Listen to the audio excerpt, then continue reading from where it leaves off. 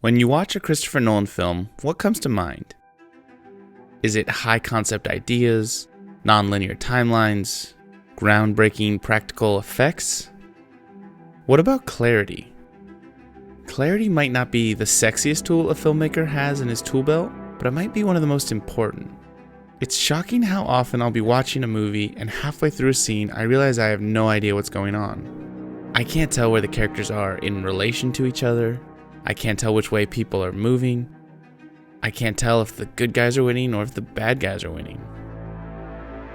Now, it's really hard to pin this down precisely because it can apply to all genres and has roots in every level of production, from the writing all the way through post-production. Let's take a look at Inception to see how Nolan tries to maintain this clarity. This is particularly tricky because he's dealing with a very high concept film. There are multiple versions of the same characters at different levels of the dream. Time is moving at different speeds for all of them, and they all have slightly different obstacles and objectives.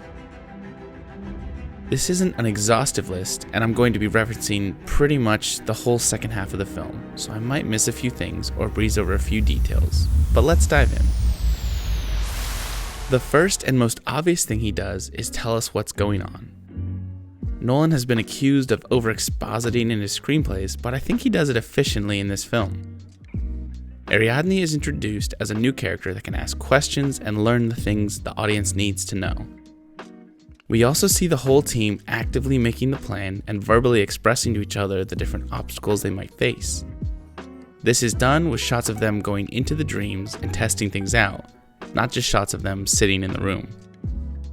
Because of all this, by the time they start the heist, we have a pretty good idea of what it's going to look like.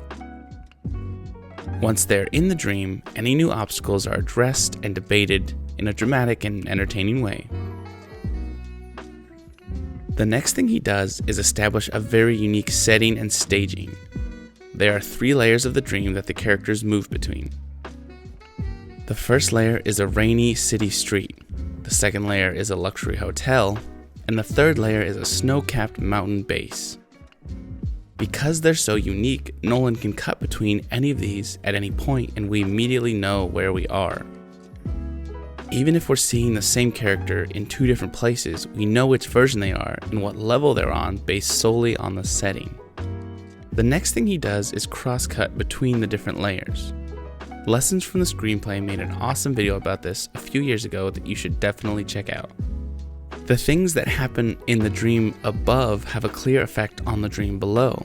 For example, when the car flips, the gravity in the hotel is messed up. When they talk about what's going on above, it cuts to the dream above and we see what they're referencing. We never spend too much time away even if there's not much going on.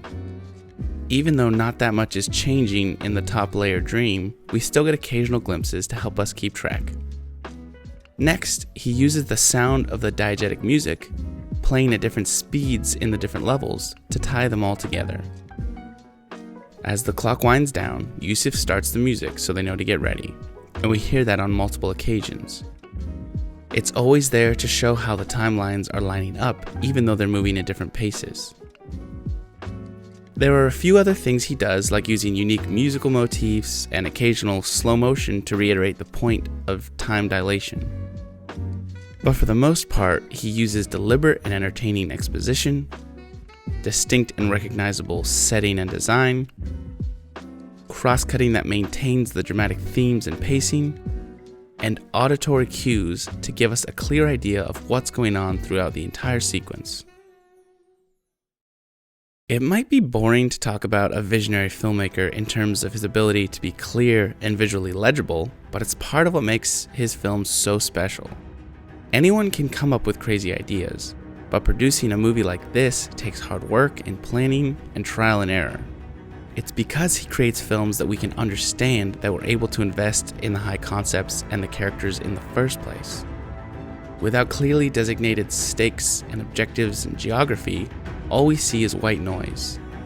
But when a director like Christopher Nolan and his team use the tools of filmmaking, they can create a film that we can fully invest in and love.